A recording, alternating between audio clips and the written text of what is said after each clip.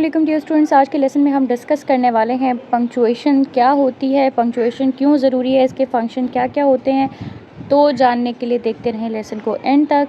Lesson agenda जैसे कि बता दिया गया, हम देखेंगे कि अप्रोप्रिएटली किस तरह से पंक्चुएशन को यूज़ करते हैं जब आप कुछ लिख रहे होते हैं या जब आप पढ़ रहे होते हैं, तो आपने उसको कैसे अंडरस्टैंड करना है। तो बहुत ज़रूरी है। Let's start it. पीरियड, सबसे पहला जो पंक्चुएशन मार्क है वो क्या है? पीरियड। पीरियड मतलब जिसको हम फुल स्टॉप कहते हैं, ठीक हो गया। तो a period is used at the end of a statement like example, today I learn how to use a period in a sentence.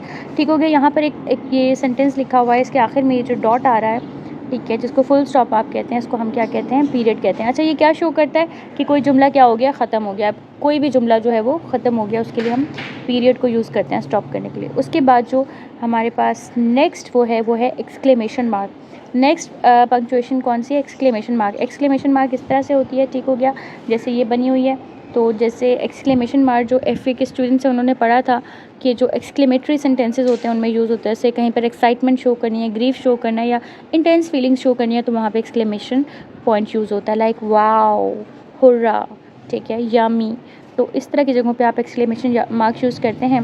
It is use to show excitement और emphasis at the end of a sentence. Example नीचे दी गई है, I can't believe how great of a day it is today. मतलब believe नहीं कर सकती मैं कि आज का दिन कितना ज़बरदस्त है।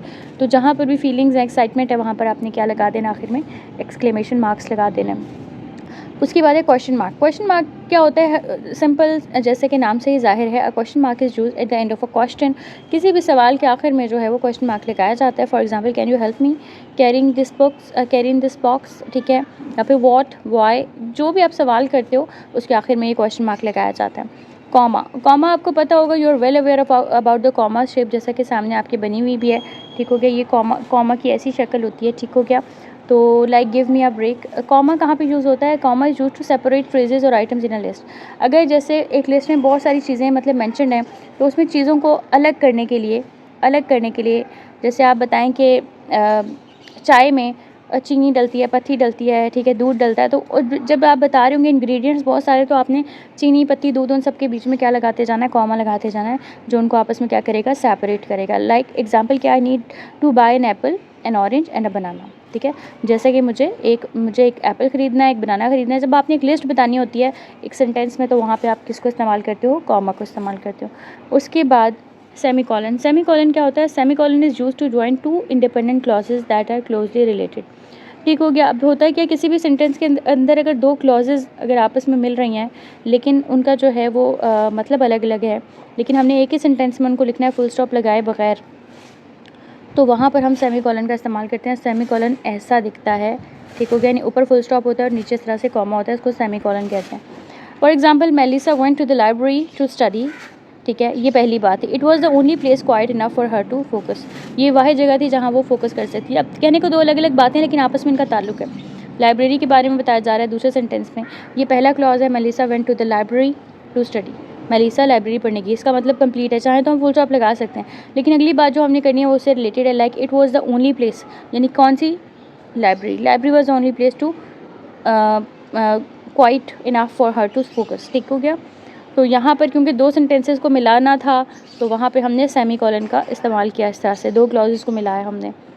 उसके बाद है एलिप्सिस। एलिप्सिस क्या होता है? It is used to indicate a pause or trailing off a thought, यानी एक ख्याल जैसे चल रहा है, टू बी कंटिन्यूड है, ठीक हो गया। जैसे अक्सर हम कहते हैं ओ, जैसे हम कह देते हैं ओ, ठीक हो गया। या वैसे तो ओ के आगे एक्सक्लेमेशन मार्क आना चाहिए अगर हम एक्साइटेड होकर कह रहे हैं, लेकिन इट ऑल डिपेंड्स कि हम कभी कभार हमें समझ नहीं आ रहा, तो लाइक हम कहते हैं हम अक्सर कन्वर्सेशन लिखते हुए कहते हैं और आखिर में हम डॉट एलिप्सिस लगाते हैं, इनको हम एलिप्सिस कहते हैं। Like weeks later I finally found my missing shoe, मतलब काफ़ी हफ्तों बाद मुझे अपने शूज़ मिल गए। तो ऐसी जगह जो टू बी कंटिन्यूड होती हैं, या जहाँ पर पॉज करते हैं हम किसी चीज़ को, ठीक है, सोच को या किसी भी चीज़ को, तो उसमें हम एलिप्सिस का यूज़ करते हैं।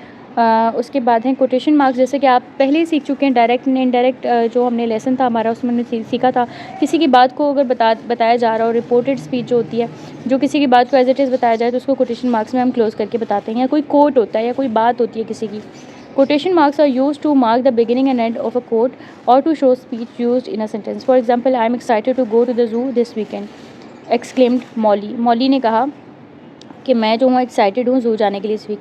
अभी क्योंकि उसकी बात है, आपकी बात नहीं है, इसलिए आपने इसको अपने इन्वर्टेड कोमास में जो है वो क्लोज़ करके फिर ये आपने किसी को बताना है रिटन फॉर्म में, या जब आप पढ़ रहे हैं इन्वर्टेड फॉर्म में तो आप समझ जाएंगे कि ये किसी और की बात है, ये कहने वाला नहीं कह रहा है, किसी के वर्ड्स को आपको बता रहा है, कन्वे कर रहा है। एंड उसके बाद है अपॉस्ट्रोफी। अपॉस्ट्रोफी क्या होती है? लाइक जैसे लिखा हुआ है दैट्स माइन के, आप देखें दैट्स जो लिखा हुआ है दैट्स माइन, ठीक है। यहाँ पर आप देखें दैट्स माइन का मतलब क्या है? That is mine. तो दैट इज़ को जो हमने कॉन्ट्रैक्टेड फॉर्म में दैट्स करके लिख लिया है, तो यहाँ पे जो ऊपर अपॉस्ट्रोफी लगा रही है, अभी कॉमा नहीं है, कॉमा जो होता है वो नीचे लगता है, ठीक है। तो ये जो ऊपर की तरफ कॉमा लगता है इसको हम अपॉस्ट्रोफी कहते हैं, ठीक हो गया। ये कॉन्ट्रैक्टेड फॉर्म में चीज़ों को लिखने के लिए यूज़ होता है। लाइक आई कांट, अगर आप आई कैन नॉट को आई कांट लिखते हो तो भी आप अपॉस्ट्रोफी लगाते हो, ठीक हो गया। आई वॉन्ट अगर लिखते हो तो भी आप अपॉस्ट्रोफी लगाते हो, हैवंट लिखते हो तो अपॉस्ट्रोफी लगाते हो। It is use to show possession, basically ये शो की जाती है पोजेशन शो करने के लिए इसको यूज़ किया जाता है। Example, Jonah's new box of markers had 50 different colours, ठीक हो गया। तो लाइक यहाँ पे हम ये भी कह सकते हैं Sarah's new box of markers had 50 different colours. तो साराज मतलब सारा की पोजेशन शो कर रहा है।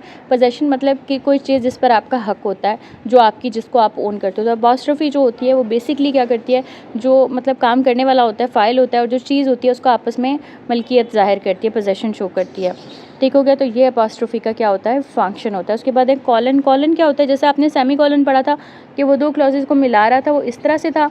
तो यहाँ पे सेमी कॉलन की बात हो रही है, यहाँ पे दो फुल स्टॉप्स ऊपर नीचे लगे होते हैं, ये कॉलन्स कहलाते हैं। A colon is used to introduce groups of words in a series और इंट्रोड्यूस अ कोट। कभी भी इंट्रोडक्शन कहीं किसी चीज़ का कराना होता है तो कॉलन का इस्तेमाल होता है। एग्जाम्पल से आपको ज़्यादा क्लैरिफाई हो जाएगा। Frank was going to buy 3 things, a lamp, a couch and a book. अच्छा, अब आपको ये बात तो समझ आ गई कि एक लिस्ट है, लिस्ट के लिए तो हम कॉमा यूज़ करें, लैम्प के बाद एक कॉमा है, अ काउच के बाद एक कॉमा है, ठीक हो गया। तो लिस्ट में तो आइटम्स को अलग करने के लिए तो हमने कॉमा लगाया। लेकिन अगर हम ये कह रहे हैं कि Frank was going to buy 3 things, एक फ्रैंक 3 चीज़ें खरीदने जा रहा था, ठीक है। वो 3 चीज़ें क्या खरीदने जा रहा था तो उसके बारे में एक्सप्लेनेशन है, उनका इंट्रोडक्शन है।